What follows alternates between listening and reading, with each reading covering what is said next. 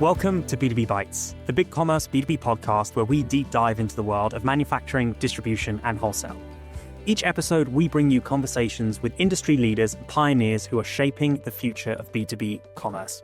Today, I am thrilled to welcome Donald Polansky, Senior Manager of Corporate Development Systems at GlassCraft Door. GlassCraft Door is a leading manufacturer of premium door products and the number one hardwood entry door company in the country. Welcome to the show, Donald. Hi, Lance. Thanks for having me. Howdy, everybody. Thank you so much for joining us today. Maybe let's just start. If you could tell us a little bit about kind of your background, how you got into the B2B manufacturing space. I worked at 3 different door companies. This is my 3rd door company. And prior to my role now, I was running our customer relations department, the customer service, if you will. I've always been really a techno buff, and I knew the products very well. I knew the ins and outs of the company from my time serving in various different roles. So I did go to school to become a developer for the sole purpose of building our online digital platform to help bring up to date our systems as well as introduce a more streamlined way to do quoting and ordering. Was that, you said you were sort of always a techno buff. Did you always plan that's where you wanted to go on the technology side, or just you saw where the market was going, you saw the business need and jumped on it? It was actually a push by the company. I'd always, they knew that I was very into technology. I stream on Twitch. I'm a gamer. Always had an interest in hardware, and then learning software development was a logical next step, and they encouraged me to go back to school and take classes. So I took a continuing education class at UT Austin, and everything has been rolling since then. I actually, in the classes, started working on this. Oh, I love that. And I think I think that's such a great story for folks to hear. Is there's a lot of talk at the moment of, B2B is changing, everything, the buyer is younger, you've got to, you have to adapt. If you can't, you're going to, fall behind. It's just an amazing example of how businesses really can adapt, and the people in those businesses, you can adapt really, really, really well to thrive online with the right determination and obviously, reskilling and retraining. So I absolutely love that. For those that aren't kind of familiar with GlassCraft Door, it'd be great to just kind of give them a little insight into what GlassCraft Door is, what your mission is, the products that you build and sell. So as you said in the opening, we are a leading manufacturer of premium and I'd like to say beautifully crafted, but crafted exterior doors and door units. Our mission really centers on delivering exceptional craftsmanship and innovative solutions, allowing customers to find doors as unique as their homes or projects are. What sets us apart is our blend of probably tradition, innovation, and technology. And we pride ourselves in the artistry of our doors. We're constantly evolving from our digital capabilities to our design infrastructure. Depending on where you sit in an organization, your lens can always be skewed by it. But I think there's a key correlation between our actual design of the products and even our design and our B2B online digital system. You really try to marry the way you approach the manufacturing of and design of that door with the kind of online experience. That's very, so maybe if you take us kind of behind the scenes, how are those products actually designed and manufactured? Where do the warehouses sit? Where is the manufacturing happen? Where's the design happening today? So there's multiple different avenues that a product can go down. We have 3 warehouses here in Houston, Texas, where we store raw materials, we store completed doors, and we store components. So while we're talking about custom door solutions, it's more of a mass customization, sort of a modded approach, I guess you would say, for those familiar with, say, technology modding and things like that. We have a base door that can have dozens or even more different options you can choose from. Some will be compatible with others as you go down the process, and some will become no longer compatible. And really, that's what complicates our product line so much, is that you would have to know what's compatible, what's not compatible, how does this change what you're offering, and it really makes it a complex issue. And so in order for our product offerings to be easily digested by customers and to match how a product needs to be built, that's how our digital online e-commerce platform came to be. What did it look like before kind of digitization? I assume there's an ERP in the mix there that's helping to kind of manage production, etc. Every sales team out in the world that are taking those orders and figuring out the customization. Prior to kind of digitization, what did this process look like, from salesperson figuring out the right product through to order is now in the warehouse and being modified, customized? Unlike your typical sales company, our distribution program works pretty much where we have partners and they are introduced and hopefully trained on all of our products. But as we just discussed, that's such a vast line that, it's hard for even some of our own employees to grasp every nuance.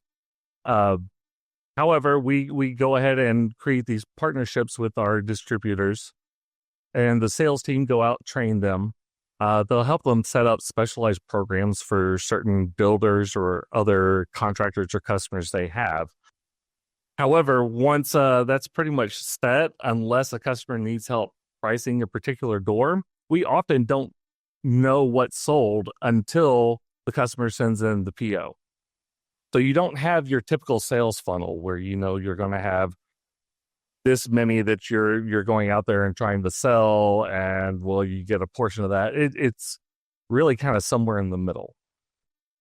And prior to our current experience, we at one time, I think, had 5 different product lines running at the same time. So you had 5 different paper catalogs, anywhere from 1 to 200 pages long. And then in addition to that paper catalog, you had a pricing guide, a separate booklet of paper that you would be looking at a door on one page, and you'd have to go look up in the price guide where it says, or doors found on such and such pages. And then you'd start having to add in all your different components. It just for a single door unit could take you 15 to 30 minutes. Oh my gosh. And there must be millions of permutations. Right? Millions. Oh, and this is all manual. Our base offering, I think at one point was 200,000, and now it's up into the millions. It got cumbersome. So just training, say you have sales teams dedicated to training those distributors on how to customize the product with a catalog and a pricing sheet they needed to match to find the right permutation to then ensure they're getting the right thing for the customer. I'm curious, that must have led to issues. There must have been a lot of errors in that process. Is that fair, or actually with the sales, were your sales team doing a very good job and the distributors weren't? I'll say they wouldn't be doing a good job, but the distributors weren't making mistakes, or actually they were. It doesn't matter how perfect you are. You're not perfect enough to get that right every time. That's great. So I can imagine, as you kind of looked at the business, what was the process that got you to the point that said, okay, we've got to figure out a way to improve this using digital? Our CEO was really the one that wanted a new system. And this is one of the great things about the company that I work for is they tell you they want a system, and they might give you some guidelines on how, what the end result they want is. But it's up to you to go figure out how you want to accomplish that. Now, you better hope that they're, happy with the end result. But the leeway and flexibility to be as creative as you want at arriving at a solution, as long as it ticks all their final boxes, the creative freedom there is amazing. And considering my position prior, I was the one dealing with all of the complaints and issues that would come in or that would be created by an improperly configured order. Or, no, we just received these 10 doors and they're all wrong. This is what we ordered, but it didn't look like that on their PO. Dealing with that on a daily basis, I knew the struggles, and I pretty much understood where a lot of our gaps were going to be.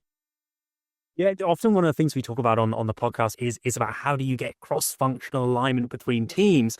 I think what's incredible is, well, you were dealing with the customer service. That's what you were running. So actually, you didn't need to get the cross-functional alignment. You had it. You had the first-hand experience of where the issues were coming from when you then approached the project of e-commerce. I'm curious, as you then started to explore, okay, how are we going to tackle this? What were the most important things? What were the key drivers for you that you were looking for when you looked at the world out there of options for moving the business online? So one of the key factors was, and this is something that I've found to be at the time, it could have changed. We've been on this project now, I think, going on 5 years.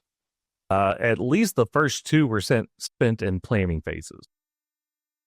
And we probably went through 7 or 8 different platforms and services, getting quotes and figuring out, does this work for us or not? One of the biggest problems I found, especially in a B2B situation, no 2 B2B companies are exactly the same.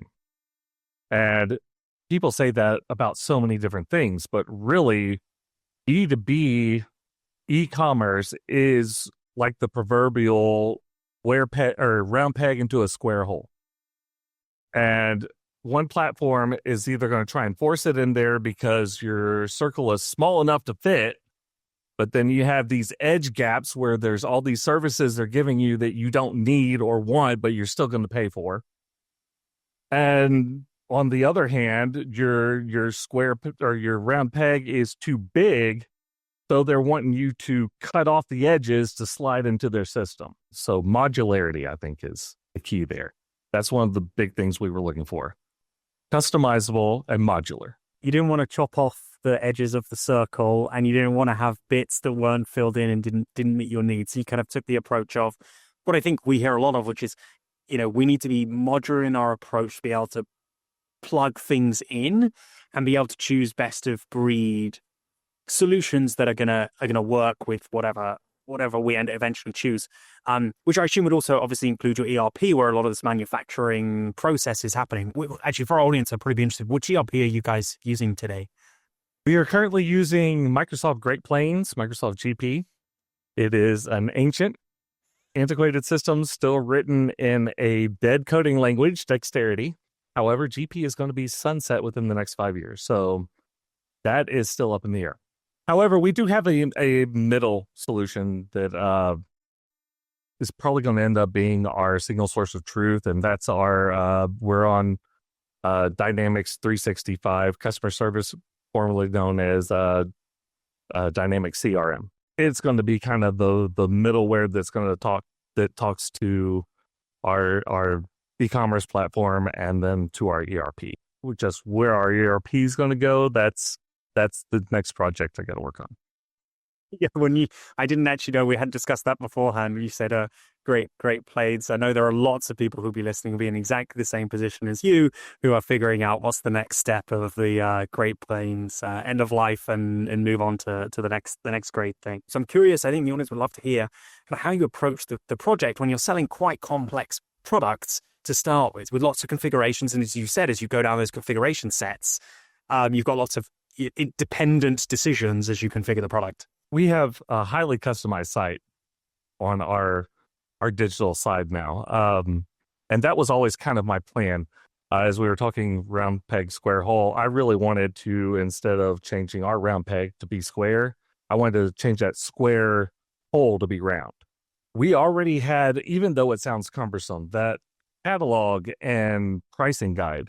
It was time consuming, it was cumbersome, and it was error prone because you're doing it manually by hand. But it was really an elegant system that worked. If a person was a computer less prone to mistakes, it would have been ideal. So took a lot of inspiration from that. Took a lot of inspiration from previous companies I've worked for who approach manufacturing different from us, as well as took our own changes through the years to how we approach manufacturing and visualized how that was going to look in my mind on a digital side. From there, just started getting ideas from other people. Do you like this? Does this idea sound like it's going to work? What do you see as the drawbacks? Once we laid all that out, it was simply finding a service or knowing how we were going to build that ourselves. That came from that. And as we went along, since I don't have a full team of developers spending, hours making changes, if we ran into an issue on the road, we could quickly switch gears and change the direction we were going to before it was too late to make the changes. Being agile, I think, is a real benefit as you approach kind of a project like this. Obviously, up front, you want to identify where are you gonna customize versus look to use kind of core available out of the box type features. Identifying that up front is great, but to your point, if you hit snags, being able to pivot and change quickly really matters. So now that obviously you're live, you said 5 years worth of journey here, with a large portion of that being planning. Maybe describe to us today and for our audience what your experience on your site looks like today for those distributors who previously were using that 200-page catalog and pricing sheets, and how it's changed kind of their experience when purchasing from GlassCraft Door. I think one of the great things is that we're not done yet either. We still have a long roadmap and we have ideas of where we're going. However, it's gone from being 15 to 30 minutes for a single order and some customers throwing up their hands, not wanting to do business, to even if they have somebody brand new starting today who's never been in the building materials or door industry before, comes in and pulls up our site, it's a guided customer experience. It'll start off by introducing you to our different product lines. And it'll narrow you down from largest selection down to the smallest. 5 minutes, maybe 15 if you're really indecisive on things you want. And all of that is captured right then and there. And once you've got it dialed in, it's there for the computer to see. Nobody's going to be translating it from what you did here into their PO format, sending it in, and you changing it up. So it's going to guide you from start to finish, and that what's written down is in stone. And if we screw something up somewhere down the road, there's not going to be a conflict like there used to be, where the PO looks like it said gray, but it really said blue, because their handwriting was a little off that day, or the keyboard misinterpreted something. And I think really that confidence that what you're ordering is what you're going to get is one of the biggest difference factors for our distributors. It can be really, really stressful trying to take a complex product like that, translate what your customer wants, and thus getting it out the door. That can be a stressful process, and these aren't cheap doors, so you don't want to have a costly mistake like that. So you've sped up greatly the speed and accuracy of the order taking, which I assume also improves customer satisfaction, in this case obviously distributor. So probably share of wallet from those distributors? I assume kind of probably order improvements. Have you tracked some of those measurable kind of improvements in terms of, speed, share, revenue increase, drop in errors? Are those things that you're tracking to kind of show here's the impact that we're having, or mostly you just know it's the case anyway, because of the success and satisfaction of the customers? So end of last year, we did track sales volumes, especially platform. Really, right now, the main metrics we've been looking at have been the volume of orders and the dollar value of orders coming in the traditional ways versus coming in online. And we fluctuate somewhere between 60 to 50% online now, whereas we used to, I think even last year when we did our numbers, I'd have to go back and look. You guys also, I think, shared those numbers last year. They were, I want to say 45%, maybe close to 50. However, it's a good 10 to 15% up there, and the dollar value is also higher. So presenting the options out to customers, oh, I didn't know I could get that. They're going to add on more. Yeah, I think I remember the study. Actually, I think we showed something that was like 88% of customers were now engaging online, whether the orders are coming that way. And you had triple digit, I think, growth in online orders over that kind of year on year, which is truly, fantastic and incredible success. I am curious though, because we kind of touched on it right at the start, and I know obviously you came from the customers team, but your sales team were going out and effectively just teaching how to use a catalog and a price book. What are they doing? What are they doing now? Well, because I assume they don't have to do that now. You don't have to. We still have the catalogs, by the way. They're just no longer accompanied with this price book. And also, if you pull the catalog up online and you find a door that you want to buy or configure, customize, you can click it from the catalog and it takes you straight to our online configurator, the door crafter, straight to that door with the preset options that the door you selected would come with, and you can modify it from there. Same with a paper catalog. Each door has a QR code, and you can scan the QR code, and that'll go straight into our mobile app on the same door crafter. You dropped a nugget there that I have to double click on. You also mentioned the mobile app.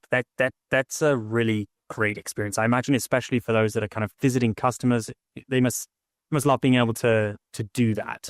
We were at the International Builder Show in Las Vegas. Was it February or March? We had, I want to get my numbers right. I don't want to exaggerate them.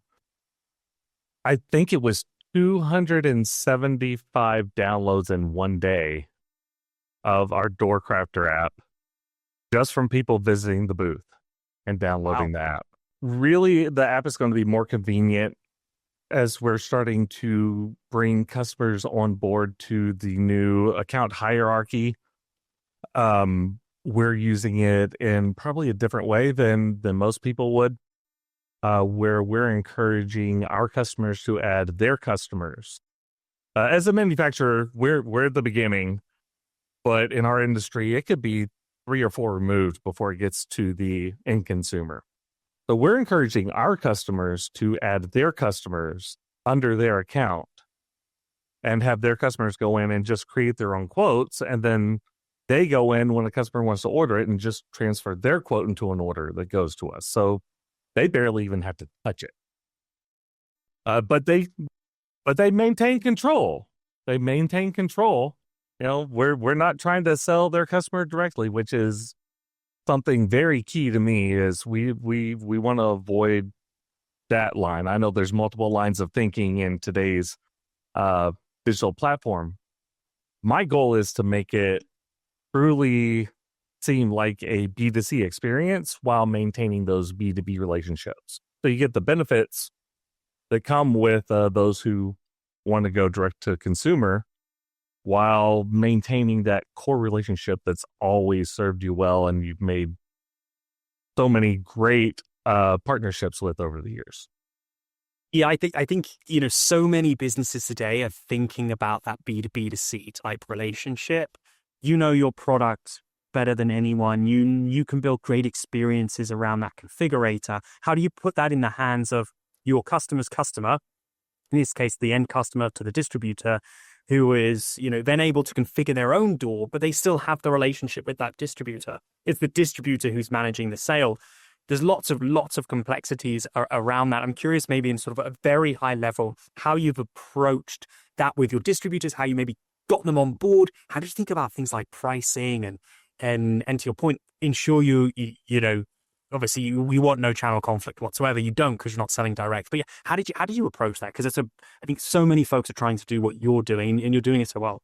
Some of the benefits that we're explaining to our distributors, who some of them are worried about, you know, adding who they're doing business with on there, but we're not looking to steal them as a customer and sell them direct. It's just that traditional worry is there, but we're trying to explain to them that, hey, you can take this mobile app out to their contractors on site, or the builders, the foreman can take our mobile app while he's on the job site, configure what door he wants for this house that he's working on, even with the customer right there, and then just shoot you an email, shoot you a text, say, hey, here's my quote number. Once the customer approves it, turn it into a quote. And that's one of the main ways we're trying to sell the convenience of this. It takes 15 to 30 minutes to make a quote now, where it used to take you, I'll say 3 hours, but really 30 minutes or sometimes more. Well, how about if it took you 1 minute? What if you never even had to really go in and touch that configuration at all? You just had to say, add to cart. And we're also not putting customers' pricing on the site right now. So we use a multiplier system with our list pricing, so our MSRP. And the customers will know what their price is, or their multiplier is. So they can just simply add that to whatever the list price is to know what they're going to pay. And they can likewise, if they give a discount to their customer, they can do the same thing at a different level. So it kind of feeds down the chain. We rebuilt the dealer toolkit or buyer portal using the open source system. We're getting ready to add some custom features into that of our own, that at that point we might look at adding in actual pricing. We just want to make sure that there's more controls behind that, because we don't want that pricing getting around. We want to make sure that pricing numbers are strictly controlled for multiple purposes. That makes sense. You've got it. This is a sensitive topic right there with distributors, especially if you've got something in front of their customers. You've got to be a little careful. Donald, this has been a really fantastic conversation. I think sharing your kind of journey, your career journey, will inspire many, and also what you're now delivering for the end customers and the results there. I think are truly market leading. Actually, I speak to a lot of manufacturers day in, day out. What you built, both for your customer, your distributor, and their end customer, in the way that you're kind of unifying that experience to really drive success across that value train is really kind of inspiring. As we could have sort of come to the end here, I'm curious, maybe just some final thoughts. What's next for GlassCraft, or what are you most excited about kind of over the next year or 2 years? When we released the mobile app, I teased one of the big features of the mobile app was going to be our beta AI program that was in there. And nowadays, everybody has one. It's pretty much, you take Chat GPT and stick it on your website. However, we did that over a year ago now. The next big step is I've been working on MCP servers and Python toolkits to extend that beyond just being a chatbot to help warranty issues or payment issues or other questions that you have. And he can actually go out and do some of those things for you instead of just say, here's how you do it. So that is one of the next key things that's coming. On top of that, I mentioned that the new dealer toolkit experience, we're going to be building some custom features on top of that. One of those will be I'll call it a third-party quote system, where somebody can take a quote that they created in our system for themselves, add their own logo onto the template, and adjust the pricing to match what they're going to sell it to their customer for, and even add in, if they have extras to sell on top of that, say they're going to install our door unit for the customer. They can add that into that new quote, but manage it all from the same system that we currently have there. So it kind of extends that. We're still on that B2B2C approach here. That's one of the key things we're working on, as well as adding in some metrics on the back end so customers can see how they're performing themselves. I think we could do an entire another episode just on those topics alone that are coming. So I think we'll have to have you back on maybe in 6 months, a year's time to walk us through how that rollout has been and the success that you've seen there. Donald, thank you so much for joining us today. This is such a great conversation. We really appreciate you sharing your insights and your experience. Hey, thank you for having me. It's been great and would love to come back.